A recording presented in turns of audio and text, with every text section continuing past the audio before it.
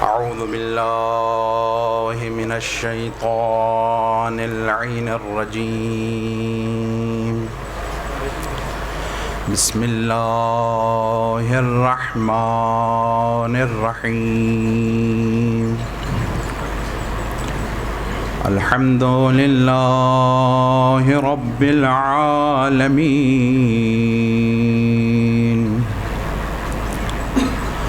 والعاقبة للمتقين والجنة للمطيعين والنار للعاصين. ثم الصلاة والسلام والتحية والإكرام على أشرف الأنبياء والمرسلين حبيب إله العالمين أبي القاسم محمد. اللهم صل على محمد وآل محمد وعلى أهل بيت الطيبين الطاهرين المعصومين المظلومين الذي أذهب الله عنهم الرجس وطهرهم تطهيرا. اللهم صل على محمد ولعنة الله على أعدائهم أجمعين من الآن إلى قيام يوم الدين. أما بعد فقد قال الأمير المؤمنين علي بن أبي طالب اللهم صل على تزودوا في أيام الفناء للأيام البقاء وفي مقام الآخر النظر إلى العالم أحب إلى الله اعتكاف سنة في بيت الله. صلوات پڑھیں محمد وآل محمد. ما صل على محمد وآل محمد وعجل فرجهم. سب سے پہلے اپنے اپنے مرحومین کو یاد کرتے ہوئے، شہداء کو یاد کرتے ہوئے، وہ مرحومین جن کا فاتحہ پڑھنے والا کوئی نہیں ہے، ہمارے خاندان کے تمام مرحومین بالاخص حجت الاسلام والمسلمین آغا سید صادق علی شاہ مرحوم مغفور کی بلندی درجات کے لیے ایک دفعہ الحم اور 3 مرتبہ سورہ اخلاص کی تلاوت فرمائیں. بسم اللہ الرحمن الرحیم. الحمدللہ رب العالمین مالک یوم الدین ایاک نعبد و ایاک نستعین اهدنا الصراط المستقیم صراط الذین أنعمت علیہم غیر المغضوب علیہم ولا الضالین. بسم اللہ الرحمن الرحیم. قل هو اللہ احد لم يلد ولم يولد ولم يكن له كفوا احد. قل هو الله احد لم يلد ولم يولد ولم يكن له كفوا احد. قل هو الله احد لم يلد ولم يكن له كفوا احد. اللهم اغفر لنا. تمام مرحومین کی مغفرت کے لیے بلندتر صلوات. اللهم صل على محمد وآل محمد وعجل فرجهم. پروردگار عالم، آپ کا یہاں پہ جمع ہونا اپنی درگاہ میں قبول و منظور فرمائے. جو حاجات لے کے آئے ہیں، جو پریشانیاں ہیں، رزق میں برکت کے لیے، کاروبار میں وسعت کے لیے جو دعائیں اور تمنائیں لے کے آئے ہیں، پروردگار عالم صادقین کے صدقے آپ کی تمام دعاؤں کو مستجاب فرمائے. بزرگان یہاں پہ موجود ہیں، علماء کرام یہاں پہ موجود ہیں. ان کے سامنے زیب منبر ہونا زیب نہیں دیتا تھا. الامر فوق الادب. آپ کے سامنے حاضر ہوا ہوں. انشاءاللہ چند دقائق مزاحم ہوں گا اور جلد آپ کی زحمت تمام کرتا ہوں. جیسا کہ آپ نے موضوع سخن کی طرف توجہ کی ہوگی، موضوع سخن 2 حدیث پہ مشتمل ہے اور یہ 2 حدیثیں مولا کائنات سے نقل ہیں۔ ایک حدیث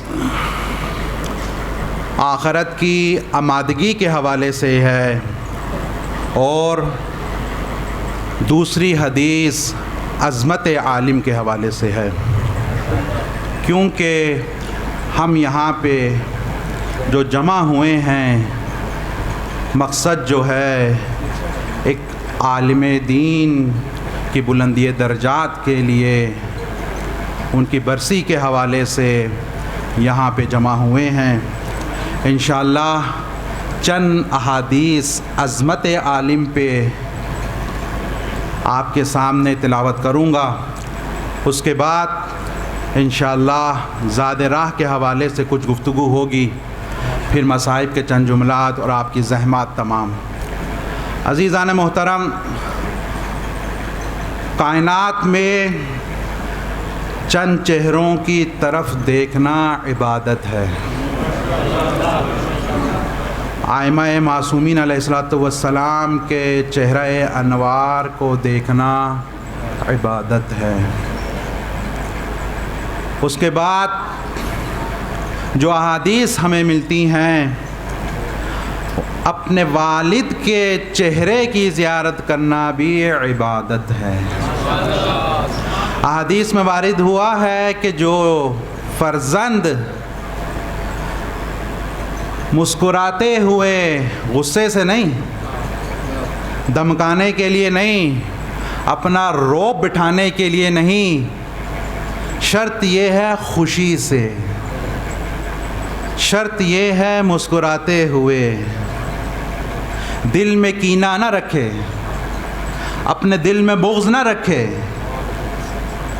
بس للہ اپنے والد کے چہرے کی طرف دیکھ لے، پروردگار عالم اسے حج مقبول کا ثواب عطا کر دیتا ہے۔ اللہ اکبر، کتنا عظیم ثواب، کتنا بڑا ثواب۔ جن کے والد محترم دنیا سے گزر چکے ہیں، پروردگار عالم ان کے درجات بلند فرمائے، جن کے والدین حیات ہیں خدا ان کو طول عمر نصیب فرمائے۔ ایک حج کی سعادت حاصل کرنے کے لیے انسان آج کل لاکھوں لگاتا ہے، لیکن پروردگار عالم نے یہ سعادت بیٹے کے نصیب میں رکھی ہے کہ وہ گھر بیٹھے اپنے باپ کے چہرے کی طرف زیارت کر لے، اسے حج کی سعادت کا ثواب نصیب ہو جاتا ہے۔ اللہم صلی علی محمد۔ آپ حج پہ جائیں، قبولی کی کوئی گارنٹی نہیں ہے، کوئی ضمانت نہیں ہے، لیکن معصوم فرماتے ہیں کہ تم نے اپنے والد کے چہرے کی زیارت کی ہے، تمہیں اس حج کا ثواب ملے گا جو درگاہ الہی میں قبول ہو چکا ہوگا۔ اللہ اکبر، والد کے چہرے کی طرف دیکھنا عبادت ہے، مگر اس سے بڑا ثواب، اس سے عظیم ثواب معصومین علیہ السلام نے عالم کے چہرے کی طرف دیکھنے پہ رکھا ہے۔ النظر الی العالم، عالم کے چہرے کی طرف دیکھنا، فقط نگاہ کرنا، احب الی اللہ، ذات الہی کو پسند ہے، اعتکاف سنت الی بیت اللہ، 1 سال مسلسل خانہ کعبہ میں اعتکاف کرنے سے۔ اللہ اکبر، اتنا عظیم ثواب۔ یہاں سے ٹکٹ لے کے جائیں ریٹرن، خانہ کعبہ میں مسلسل 1 سال اعتکاف میں بیٹھیں، اس سے بہتر خداوند عالم کو پسند ہے کہ مسجد میں جا کے ایک عالم کی زیارت کر لو۔ اللہ اکبر، یہ ہے عالم کہ ذات الہی کو 1 سال کے اعتکاف سے پسند ہے کہ تم عالم کے چہرے انور کی زیارت کر لو۔ یہ مقام ہے عالم کا، یہ فضیلت ہے عالم کی۔ العالم افضل من العابد 70,000. حدیث کا جملہ ہے، ایک عالم 70,000 عابدوں سے بہتر ہے. تو سلامتی علماء حق باواز بلند صلوات. اللہم صلی علی محمد وآل محمد. 70,000 عابدوں کو ایک سائڈ پہ کھڑا کر لو، ایک عالم کو ایک طرف کھڑا کر لو. یہ عالم ان 70,000 پہ باری ہے. اللہ اکبر. یہ پیغمبر اکرم کا فرمان ہے، اس ذات کا فرمان ہے جو اذن خدا کے بغیر زبان کو جنبش نہیں دیتا. 70,000 عابدوں سے بہتر ایک عالم ہے. حدیث میں ملتا ہے قیامت کے دن پروردگار عالم کے سامنے عالم اور عابد کھڑے ہوں گے. یہ حدیث سننے والی ہے. اور آج کل جو ہمارا علماء کے ساتھ سلوک ہوتا ہے اس پہ بھی ذرا توجہ کرنی ہے. روز محشر عابد و عالم ساتھ کھڑے ہوں گے. پروردگار عالم کی طرف سے صدا آئے گی، اے عابد تو نے میری عبادت کی ہے، جا تو جنت میں داخل ہو جا. عابد جنت میں چلا جائے گا. عالم چلنا چاہے گا، پروردگار عالم کی طرف سے آواز آئے گی، عالم تو رک جا، ابھی جنت میں نہیں جانا. تو نے جو دنیا میں زحمات اٹھائی ہیں، تو نے جو دنیا میں تکلیفیں اٹھائی ہیں، ایسے جنت میں نہیں جانا. جن جن لوگوں کی دنیا میں تربیت کر کے آیا ہے، جن جن مومنوں کی اصلاح کر کے آیا ہے، ان کی شفاعت کر اور ان سب کو اپنے ساتھ جنت میں لے جا. اللہ اکبر. یہ ہے عالم، یہ ہے عالم کہ اس وقت تک جنت میں نہیں جائے گا، اس وقت تک جنت میں داخل نہیں ہوگا. صلوات پڑھیں محمد والے محمد.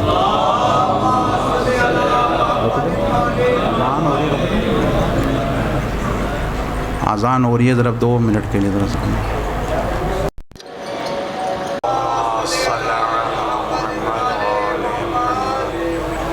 بس عالم کے لیے قیامت کے دن پروردگار عالم اذن شفاعت دے گا کہ عالم، بندہ خدا، دنیا میں جن جن کی تربیت کی ہے، جو تیری محفل میں بیٹھے ہیں، جو تیرے ساتھ تھے، ان سب کی شفاعت کر اور انہیں جنت میں لے کے چلے جا.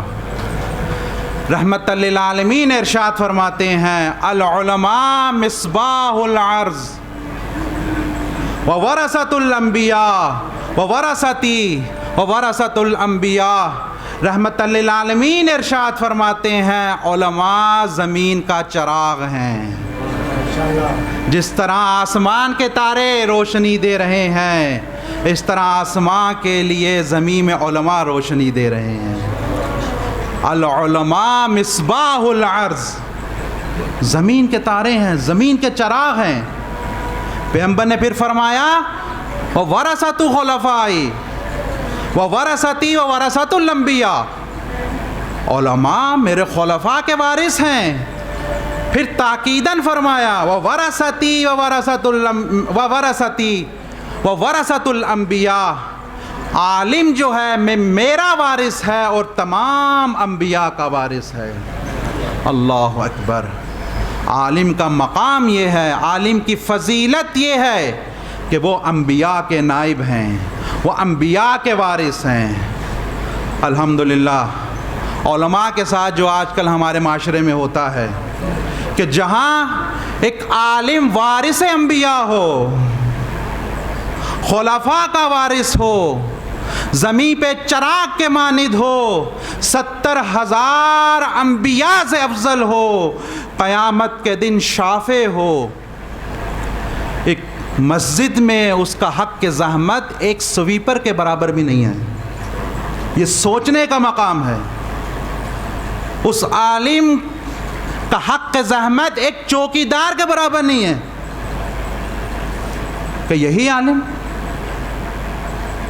یہ جو فضیلتیں بیان کی ہیں، یاد رکھیے قیامت کے دن جو چیزیں شکایت کریں گی، جہاں قرآن شکایت کرے گا، جہاں ویران مسجد شکایت کرے گی وہاں عالم بھی قیامت کے دن شکایت کرے گا کہ میرے ساتھ لوگوں نے یہ سلوک کیا، میرے ساتھ یہ سلوک کیا۔ کائنات کا واحد شعبہ ہے کہ جہاں پہ علماء کا حق کے زحمت اس کے نصیب کے مطابق رکھا جاتا ہے، اس کی ہوائی روزی پہ رکھا جاتا ہے کہ انہوں باروں بڑے مل جانے ہیں، انہوں نکاح مل جانے، انہوں ختم مل جانا، انہوں فاتحہ مل جانی، انہوں مجلس مل جانی۔ یہ سب ہوائی روزی کی بنیاد پہ ایک امام جماعت کا حق کی زحمت رکھا جاتا ہے۔ خدا کا خوف کرے۔ العلماء مصباح الارض، زمین کا چراغ ہیں۔ عالم کی فضیلت یہ ہے کہ پاک پیغمبر فرماتے ہیں العالم حیا اذا کان میتا، الجاہل میتا واذا کان حیا۔ عالم مر جائے تو بھی تمہارے درمیان زندہ ہے۔ لوگ تو پاکوں کو کہتے ہیں نا زندہ نہیں ہے، آؤ ہمارے در پہ۔ رحمت للعالمین فرما رہے ہیں العالم حیا اذا کان میتا۔ عالم تمہارے درمیان پردہ کر جائے، آنکھیں بند کر جائے، وہ مرا نہیں، وہ زندہ ہے۔ والجاہل میتا اذا کان حیا، جاہل مرا ہوا ہے اگرچہ تمہارے درمیان سانسیں لے رہا ہے۔ یہ ہے عالم کی فضیلت۔ عالم کا احترام کیجئے، عالم کی ضروریات پوری کیجئے قبل اس کے کہ روز قیامت وہ شکایت کرے۔ یہ عالم کی فضیلت تھی۔ اب ذرا آخرت کی طرف چلیے۔ مولا متقیان کی حدیث جو موضوع سخن قرار دی شروع میں، تزودوا فی الایام الفنا للایام البقاء۔ یہ حدیث مولا نے کہاں تلاوت کی؟ صفین سے واپس آ رہے تھے، صفین سے واپس آ رہے تھے۔ مولا نے اپنے لشکر کے ساتھ اپنا راستہ بدل لیا کیونکہ صفین کا داغ تھا۔ مولا کے چاہنے والے پریشان تھے، دل ٹوٹا ہوا تھا۔ یہ عبرت ہے، یہ مولا کی سیرت ہے ہم سب کے لیے کہ دل ٹوٹ جائے، دل باری ہو جائے تو کیا کرنا چاہیے۔ مولا متقیان اپنے گھروں کی طرف نہیں لے کے گئے لشکر کو، سیدھا قبرستان اپنے لشکر کو لے کے چلے گئے۔ کہا آؤ قبرستان کی طرف۔ لشکر والے قبرستان میں آتے ہیں۔ مولا متقیان فرماتے ہیں اگر ان قبروں سے سوال کیا جائے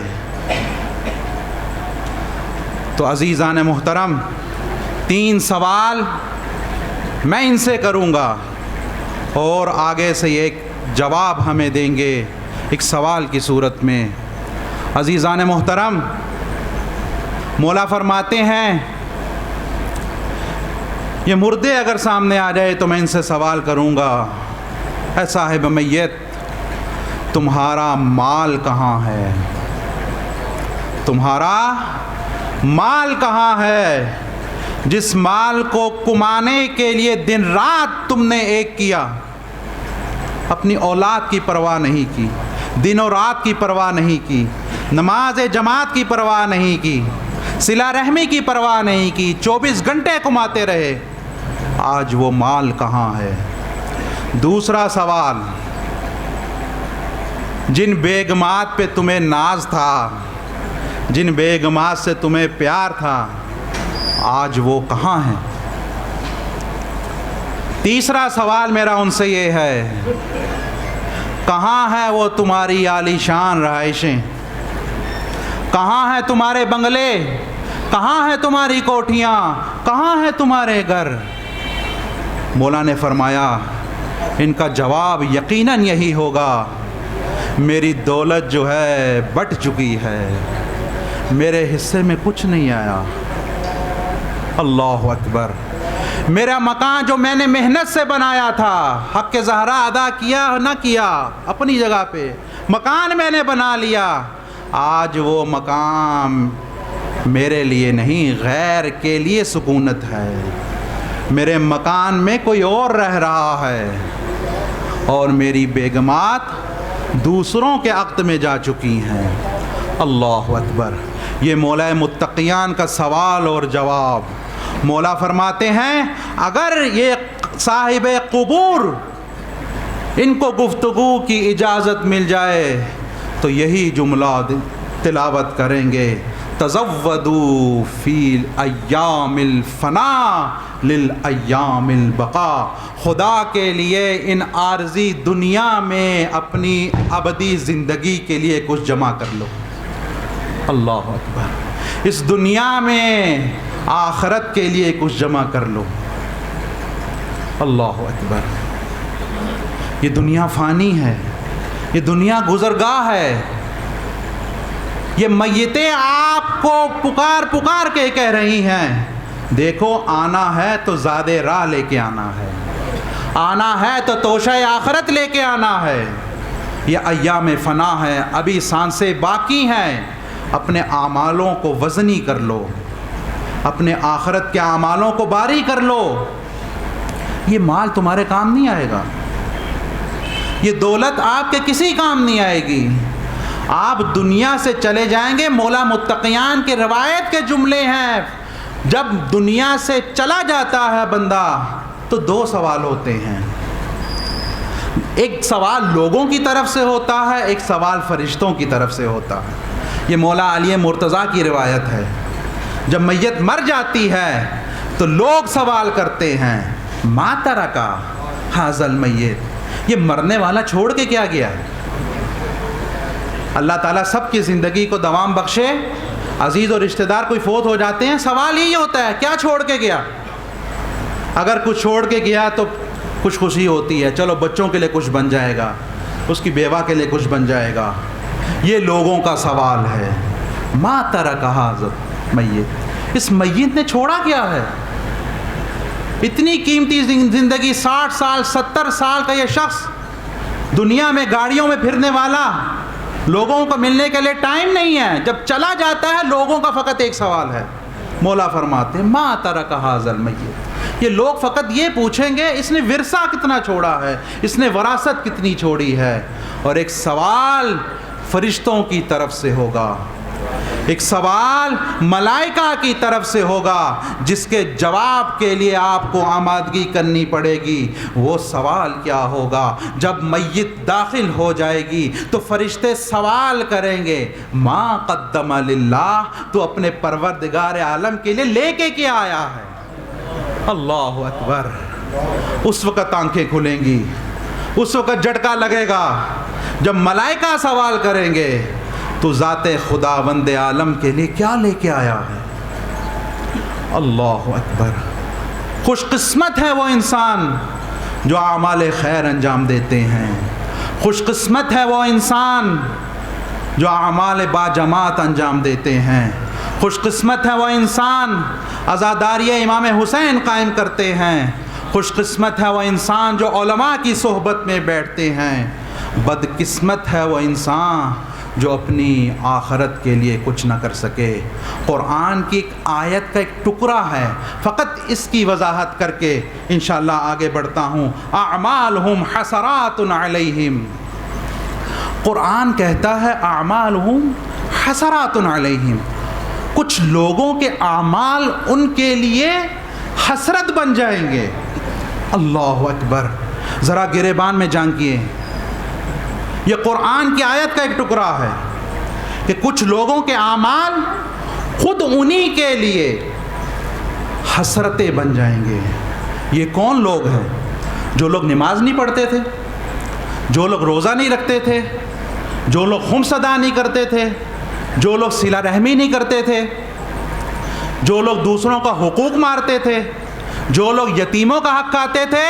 نہیں، معصومین اس کی تفسیر میں ارشاد فرماتے ہیں، توجہ کا طالب ہوں، حسرات علیہم، وہ لوگ ہیں جو دنیا میں مال و دولت جمع کرتے رہے مگر اللہ کی راہ میں خرچ نہیں کر سکے، دنیا سے چلے گئے، جانے کے بعد ان کی اولاد اس مال کو راہ خدا میں خرچ کر رہی ہوگی۔ تو روز قیامت یہ شخص اپنے اعمالوں پہ حسرت کر رہا ہوگا، ہائے یہ دولت تو میں نے جمع کی تھی مگر راہ خدا میں نہیں دیا، آج میری اولاد اس مال کو راہ خدا میں دے رہی ہوگی، کاش میں دنیا میں اس مال کو راہ خدا میں قربان کر دیتا۔ قرآن کی روح سے ایسے لوگ قیامت کے دن اپنے اوپر حسرت کریں گے، ہائے میں نے کیسے زندگی گزاری، ہائے میں نے کیسے اعمال انجام دیے، اپنی دولت پہ، غیر کی نہیں۔ یہاں تو ہم غیر کا حق کھا جاتے ہیں، آئے دن سنتے فلانی پارٹی بیٹھ گئی، فلانے کا مال کھا گئے، فلانے کے پیسے دبا لیے، یتیموں کا حق کھا گئے، بہنوں کا حق کھا گئے، سنتے رہتے ہیں۔ مگر قرآن کہتا ہے یہ اپنی دولت پہ حسرت کرے گا، کسی غیر کی دولت پہ نہیں کرے گا۔ عزیزان محترم، جو اپنی دولت پہ اتنا حسرت کرے گا تو جو دوسروں کا مال کھا کے روز قیامت خدا کی بارگاہ میں پیش ہوگا، اس پہ کیا گزرے گی؟ وہ تو حقوق الناس ہے، حقوق العباد نہیں ہے، حقوق الناس ہے۔ جب تک وہ شخص معاف نہیں کرے گا معافی نہیں ملے گی۔ ہم آسانی سے دوسروں کا حق کھا جاتے ہیں، پرواہ نہیں کرتے۔ چھوٹا سا چھوٹا حق اگر ایک بندہ یہاں پہ سجدہ رکھ کے وضو کے لیے چلے جائے، دوسرا آ کے اس کی جگہ پہ بیٹھ جاتا ہے، جائز نہیں ہے، اجازت نہیں ہے، الا یہ کہ جو خود صاحب ہے وہ اجازت دے دے۔ آپ نے اس کا حق غصب کیا ہے۔ اور اس سے بھی بڑھ کے بچوں کی تربیت کے حوالے سے، جو بچہ ممیز ہے اس کو مسجد میں لے کے آئیں، اس کی تربیت کریں، اس کو جماعت سکھائیں، اس کو نماز سکھلائیں۔ ہمارے ہاں کیا ہوتا ہے، بچہ صف میں کھڑا ہوا، 2 دھکے دے کے پیچھے جا کے کھڑا ہو۔ کس نے آپ کو اجازت دی ہے؟ کس نے آپ کو حق دیا ہے کہ اس کو اس کے مکان سے ہٹا کے پیچھے بھیج دیں؟ البتہ فاصلہ ضروری ہے، وہ اپنی جگہ پہ، لیکن آپ ایسا نہیں کر سکتے۔ اس حق کا جواب بھی قیامت کے دن آپ کو دینا ہے۔ یہ میں نے چھوٹا سا بیان کیا ہے۔ عزیزان محترم، اگر سننا چاہیں تو شیخ عباس قمی کی زندگی دیکھیے کہ ان پہ کیا گزری۔ صاحب مفاتی گھر گھر میں یہ کتاب موجود ہے۔ علماء میں، متقی و پرہیزگار ترین علماء میں اس شخص کا نام آتا ہے۔ یہ اتنا پرہیزگار ہے، اتنا زاہد و پارسا و با تقوی ہے۔ کتاب لکھی منازل الآخرہ، منازل الآخرہ کتاب لکھی، آخرت کی منزلوں کے حوالے سے سارے حالات بیان کیے۔ شیخ عباس قمی کے والد محترم مسجد جایا کرتے تھے ہمسائے میں، دیکھا ایک عالم جو ہے اسی کتاب کو اٹھا کے درس دے رہا ہے۔ روزانہ جاتے اس کے درس سنتے، درس سن کے آ جاتے۔ ایک دن عباس قمی کو بلاتے، بیٹا ادھر آؤ، بیٹا میں نے سنا تم بھی عالم ہو، تم بھی عالم ہو، مگر تم اس مسجد والے عالم کے برابر ہی نہیں ہو کہ جو اتنا پیارا درس دیتا ہے، کتاب کھول کے بیان کر رہا ہے۔ شیخ عباس قمی کہتے ہیں بابا دعا کیجئے میں اس طرح کا بن جاؤں۔ بتا سکتے تھے بابا وہ جس کتاب سے لیکچر دے رہا ہے وہ میری لکھی ہوئی ہے، یہاں تک نہیں بتایا کہ کہیں ریا نہ ہو جائے، کہیں میرے اندر عجب کی بیماری نہ آ جائے، کہیں میں مطلوب کمنٹس نہ ہوں کہ لوگ مجھے واہ واہ کریں۔ نہیں، بابا سے کہا بابا دعا کریں آپ، یہ نہیں بتایا بابا یہ میری لکھی ہوئی کتاب پڑھ رہا ہے۔ اتنا عظیم شخص ہے۔ مفاتی جب مارکیٹ میں آ گئی نجف اشرف میں، وہاں پہ دفن ہے، اور کیا کہتے ہیں وہیں پہ مفاتی لکھ کے جب چھاپ نشر ہو گئی، چھاپ خانے سے چھپ کے میدان میں آ گئی، تو پھر نجف میں جاتے ہیں مولا کے حرم میں۔ دیکھیں مفاتی کا احترام ہمارے آگے بہت زیادہ ہے، دعاؤں کی کتاب ہے، معصومین کی دعاؤں کا مجموعہ ہے۔ ایک شخص کے پاس بیٹھے، مفاتی کو سینے سے لگا کے بیٹھا ہے۔ شیخ عباس قمی کہتے ہیں یہ کیا گلے لگایا ہوا ہے؟ کہا تمہیں نہیں پتا یہ مفاتی ہے، یہ مفاتی الجنان ہے، تم کیسی بات کر رہے ہو؟ کہتا کس نے لکھی ہے یہ؟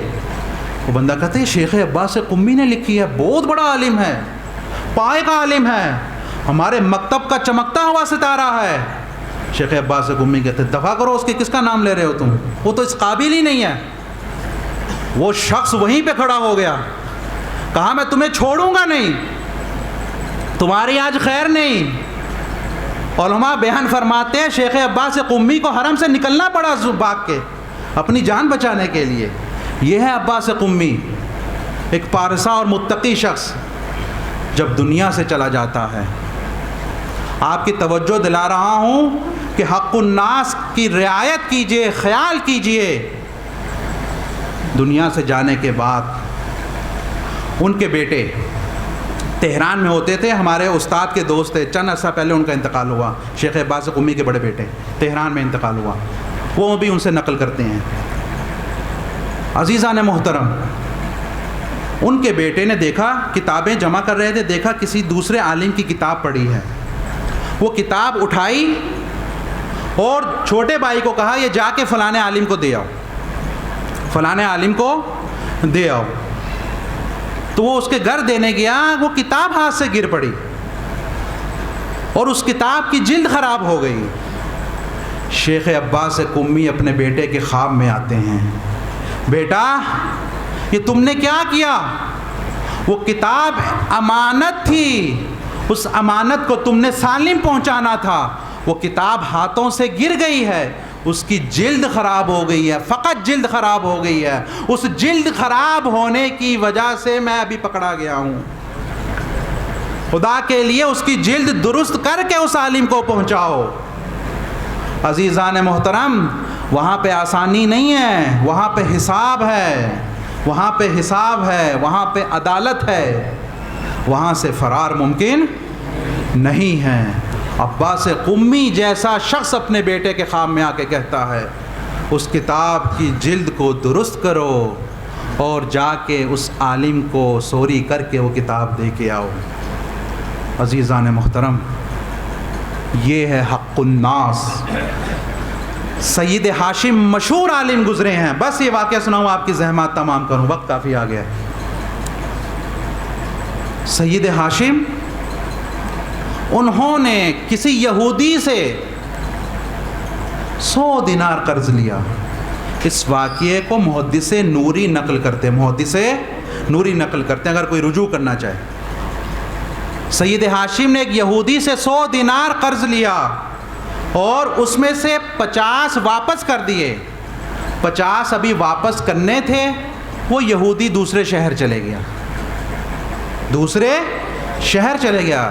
سید ہاشم کی نیت ہے واپس کرنے کی، حق الناس ہے، نیت رکھتے ہیں کہ میں واپس کروں گا، مگر وہ شخص بغداد کی طرف چلے گیا۔ سید ہاشم پریشان ہیں، یہاں تک کہ رات کو خواب میں دیکھتے ہیں کہ وہ صراط کی طرف جانا چاہ رہے ہیں، پل صراط کو عبور کرنا چاہ رہے ہیں، وہ یہودی رکاوٹ بنا ہوا ہے۔ اللہ اکبر، وہ یہودی جانے نہیں دے رہا۔ کہا کیوں نہیں جانے دے رہے مجھے، راستہ دے دو۔ کہا میرے 50 دینار دے دو۔ سید ہاشم کہتے ہیں کہ میں تو تیری تلاش میں تھا، تو مل نہیں رہا تھا، میں نے نیت کی ہوئی ہے۔ کہا آج نہیں چھوڑوں گا، 50 دو گے، اس کے بدلے مجھے اس قدر اعمال دے دو کہ میری بخشش ہو جائے، پھر میں تمہیں پل صراط سے گزرنے دوں گا، ورنہ جہنم کی آگ تمہیں لگا دوں گا۔ عزیزان محترم، علماء نقل کرتے ہیں کہ اس نے انگوٹھے کا نشان جہنم سے نکال کے سید ہاشم کے سینے کی طرف کیا، اور سید ہاشم نے بیدار ہو کے اس کی حرارت کو محسوس کیا۔ اللہ اکبر، عالم خواب سے بیدار ہوتے ہیں، کہتے ہیں میرا سینہ جل رہا ہے، میرے سینے میں آگ محسوس ہو رہی، یہ خواب تھا مگر جہنم کی آگ کا اثر بیداری میں ہوا۔ اللہ اکبر۔ عزیزان محترم، حق الناس کی رعایت کیجئے، دوسروں کے حقوق کا احترام کیجئے، علماء کو اس کا مقام عطا کیجئے، علماء کو اپنی محفلوں میں جگہ دیجئے، ان سے استفادہ کیجئے۔ ایام جشن تو ہیں، دنیا والے کہیں مدینے کی دیواروں پہ پڑھ رہے ہیں، کہیں مدینے کی گلیوں پہ پڑھ رہے ہیں۔ آج ہم مل کے کچھ مصائب کے جملے صاحب مدینہ پہ پڑھیں گے۔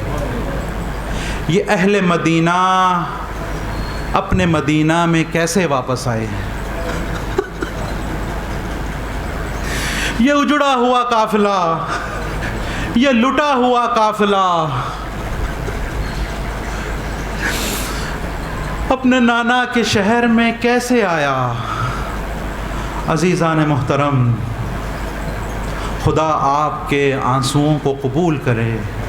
جو حاجات لے کے آئے ہیں، ان آنسوؤں کے صدقے خدا آپ کی دعاؤں کو مستجاب کرے۔ مدینے سے باہر آئے ہیں نا، خیمے لگ گئے ہیں۔ امام سجاد علیہ السلام نے بشیر سے جا کے کہا، بشیر یہ علم لے لو۔ یہ علم معمولی علم نہیں ہے، یہ عباس علمدار کا علم۔ رونے کے لیے اتنا کافی ہے، صاحب علم نہیں ہے، علمدار موجود نہیں ہے۔ سید سجاد نے وہ علم بشیر کو دیا، کہا جاؤ مدینے میں اعلان کرو، اور اعلان بھی محلہ بنی ہاشم میں جا کے کرو، اور جا کے صرف اتنا بتاؤ کہ حسین کا قافلہ واپس آ گیا ہے۔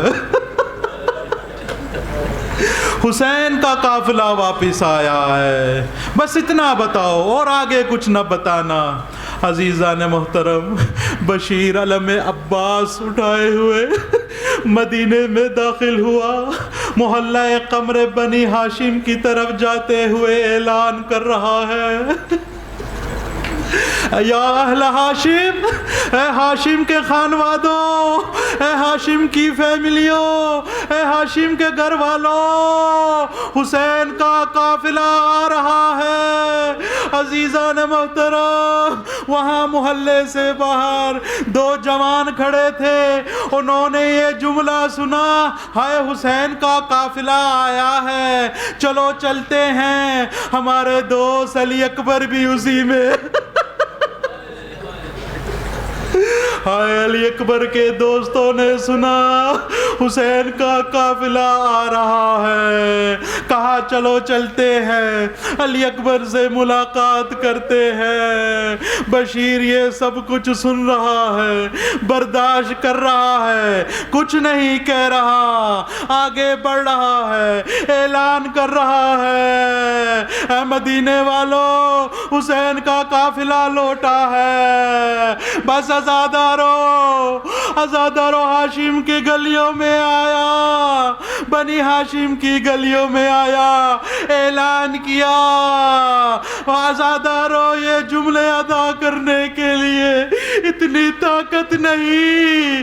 ایک بچہ آگے بڑھا، بشیر کے گھٹنوں کو پکڑا، کہا اے شخص جو تو علم لے کے آیا ہے وہ میرے بابا کا علم ہے، کہاں ہے میرے بابا اجرکم اللہ۔ بشیر برداشت کرتا رہا، کچھ آگے بڑھا، ایک بچی نکلتی ہے جو اعلان سنتی ہے حسین کا قافلہ لوٹا ہے، اندر جاتی ہے، پھر باہر آتی ہے، پھر دوبارہ اندر جا کے آواز دیتی ہے چچا حنفیہ آئیے باہر آئیے، صدا دی جا رہی ہے، واپس آئے ہیں، اجرکم اللہ۔ بس حنفیہ، جناب حنفیہ گھر کی مزدورات کو لے کے مدینے سے باہر نکلتے ہیں، بس ایک دو منزلیں سنیے، آپ کی زحمت تمام، آزادارو حسین کا قافلہ لوٹا، حنفیہ آگے بڑھتے ہیں، ایک شخص سے ملاقات ہوتی ہے، کہتے ہیں، حنفیہ کہتے ہیں کہاں ہے سید سجاد، کہاں ہے سید سجاد؟ ایک بوڑھا شخص، جھکی ہوئی کمر، ریشے مبارک سفید، کہا چچا آئے گلے تو ملیے۔ حنفیہ نے عرض کیا تم مجھے چچا کیوں کہہ رہے ہو؟ سید سجاد نے کہا میں سجاد ہوں چچا، آئے مجھ سے ملیے۔ حنفیہ نے یہ حالت دیکھی، سجاد کو گلے لگایا، ایک دفعہ سجاد نے اپنے آپ کو پیچھے کیا، ہائے کی آواز دی، جناب حنفیہ پیچھے ہٹے، سید سجاد سے کہا بیٹا کیا ہو گیا؟ ایک دفعہ تم پیچھے ہٹ گئے۔ کہا چچا میری گردن پہ توق تھا، پابند زنجیر تھا، میرے سینے پہ زخم ہے، میرے گردن پہ زخم ہے، میں برداشت نہیں کر سکتا۔ حنفیہ نے کہا کہاں ہے مستورہ، کہاں ہے زینب؟ بس ازادارو، سید سجاد نے کربلا کے مصائب بیان کیے۔ جب زینب کبریٰ کا نام آیا، سید سجاد نے کہا الشام الشام الشام، چچا میری پھوپھی کو شرابی کے دربار میں لے گایا گیا۔ ارے یہ جملہ سننا تھا، جناب حنفیہ زمین پہ گر گئے، برداشت نہ ہوا۔ ایک دفعہ دوبارہ اٹھتے ہیں، خیمے کی طرف جاتے ہیں، ایک خیمے پہ آواز دیتے ہیں زینب کہاں ہے؟ مگر زینب وہ زینب نہ تھی، حنفیہ پہچان نہ سکے، یہاں تک کہ زینب نے آواز دی بھیا حنفیہ آئیے میں زینب ہوں۔ اجرکم اللہ۔ آخری جملہ سنیے، جو دعائیں لے کے آئے ہیں ساتھ ساتھ دعائیں مانگیے۔ عزیزان محترم، ان آنسوؤں کے صدقے مانگی ہوئی دعائیں رد نہیں ہوتی۔ بس حنفیہ قافلہ لے کے چلے، ایک رستہ نکلتا تھا گھروں کی طرف، ایک رستہ جاتا تھا مسجد النبی کی طرف۔ جناب حنفیہ نے کہا چلیے گھر کی طرف چلتے ہیں۔ جناب زینب فرماتی ہے بھیا میں گھر نہیں جاؤں گی، پہلے نانا کے روزے پہ جاؤں گی، سارے مصائب بیان کروں گی، بس مختصر کروں۔ روزہ رسول پہ آئی، اہل ہاشم نے مسجد کو خالی کروا دیا، کوئی شخص نہ تھا، کسی فرد کو رہنے نہ دیا، کہیں زینب کی آواز نہ سن لے۔ میں عرض کروں گا یا اہل ہاشم، آج مدینے میں تو اہتمام کر رہے تھے، ذرا کوفہ و شام پہ نگاہ کرنا، جہاں شرابی کا دربار تھا، جہاں دشمن شراب پی رہا تھا، وہاں زینب کبریٰ ہائے سیدانیہ ننگے سر۔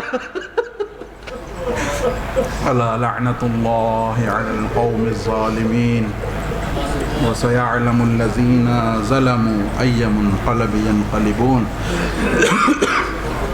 بار الہ تجھے واسطہ محمد و آل محمد کا، ہماری اس قلیل سے عبادت کو اپنی درگاہ میں قبول و منظور فرما، ہم سب کی خطاؤں کو معاف فرما، ہمارے گناہوں سے درگزر فرما۔